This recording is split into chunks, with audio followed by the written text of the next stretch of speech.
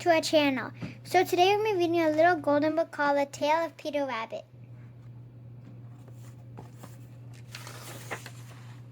Once upon a time there were 4 little rabbits, and their names were Flopsy, Mopsy, Cottontail, and Peter. They lived with their mother in a sand bank, underneath the root of a very big fir tree. "Now, my dears," said old Miss Rabbit, one morning, "you may go into the fields or down the lane, but don't go into Mr. Gregor's garden. Your father had an accident there. He was put in a pie by Mr. Gregor. Now run along and don't get into mischief. I'm going out."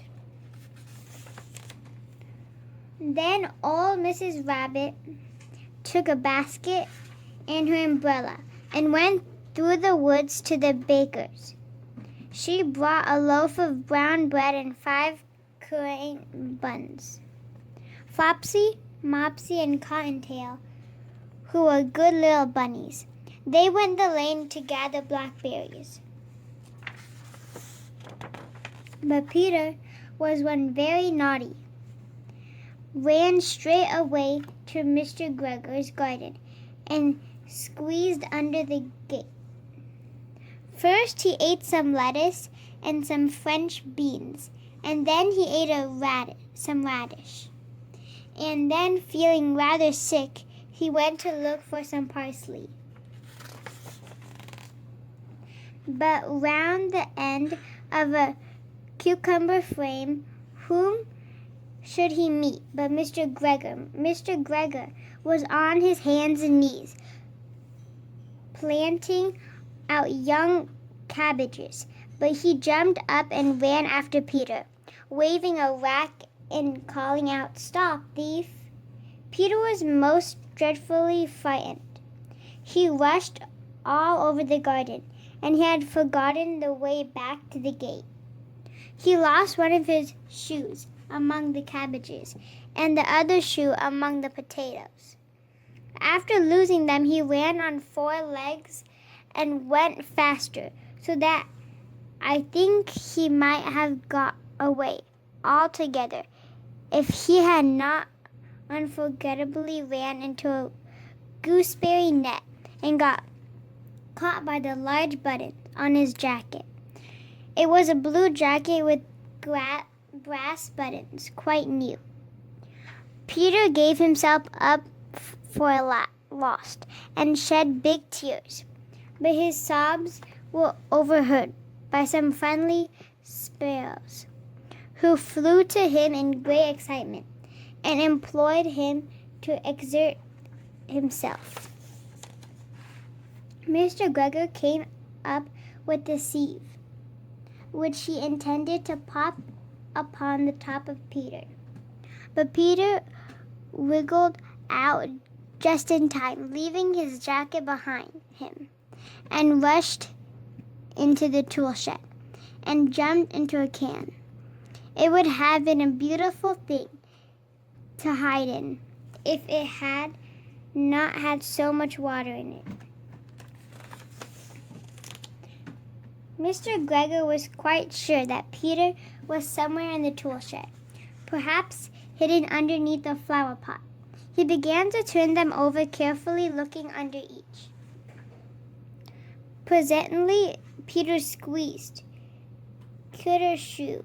Mr. Gregor was after him in no time, and tried to put his foot upon Peter, who jumped out of a window, upsetting 3 plants.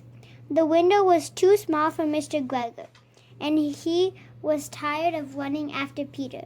He went back to his work. Peter sat down to rest. He was out of breath and trembled with fright, and he had not the least idea which way to go. Also, he was very damp from sitting in that can.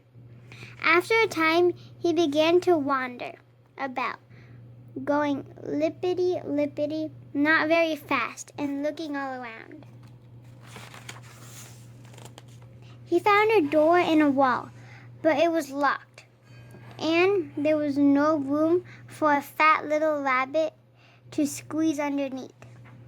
An old mouse was running in and out over the stone doorstep, carrying peas and beans to help to her family in the wood.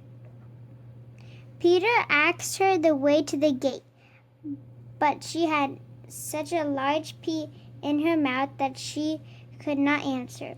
She only shook her head at him. Peter began to cry. Then he tried to find his way straight across the garden, but he became more and more puzzled. Presently, he came to a pond where Mr. Gregor filled his water cans. A white cat was staring at some goldfish. She sat very, very still, but now and then the tip of her tail twitched as if it was alive. Peter thought it was best to go away without speaking to her. He had heard about cats from his cousin, little Belgian Bunny. He went back towards the tool shed, but suddenly, quite close to him, he heard the noise of a hoe. Scritch, scratch, scratch, scritch.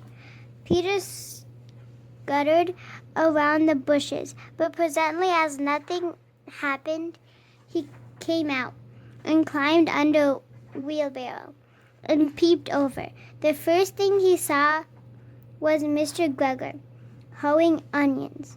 His back was turned towards Peter, and beyond him was the gate. Peter got down very quietly off the wheelbarrow and started running as fast as he could go. Along a straight walk behind some black currant bushes, Mr. Gregor caught sight of him at the corner, but Peter did not care. He slipped underneath the gate and was safe at last in the wood outside the garden. Mr. Gregor hung up the little jacket and the shoes for a scarecrow to frighten the blackbirds. Peter never stopped running or looking behind him till he got home to the big fir tree. He was so tired that he flopped down upon the nice, soft sand on the floor of the rabbit hole and shut his eyes. His mother was busy cooking. She wondered what he had done with his clothes. It was a second little jacket and pair of shoes that Peter had lost in a fortnight. I'm sorry to say that Peter was not very well during the evening. His mother put him to bed and made some chamomile tea, and she gave a dose of it to Peter. 1 tablespoonful to be taken at bedtime. But Flopsy, Mopsy, and Cottontail had bread and milk with blackberries for supper. Thank you for watching. Hope you guys enjoyed the tale of Peter Rabbit, and stay tuned for next book read coming soon. Take care, guys. Stay safe and keep on reading, and we'll see you again soon. Goodbye. Bye.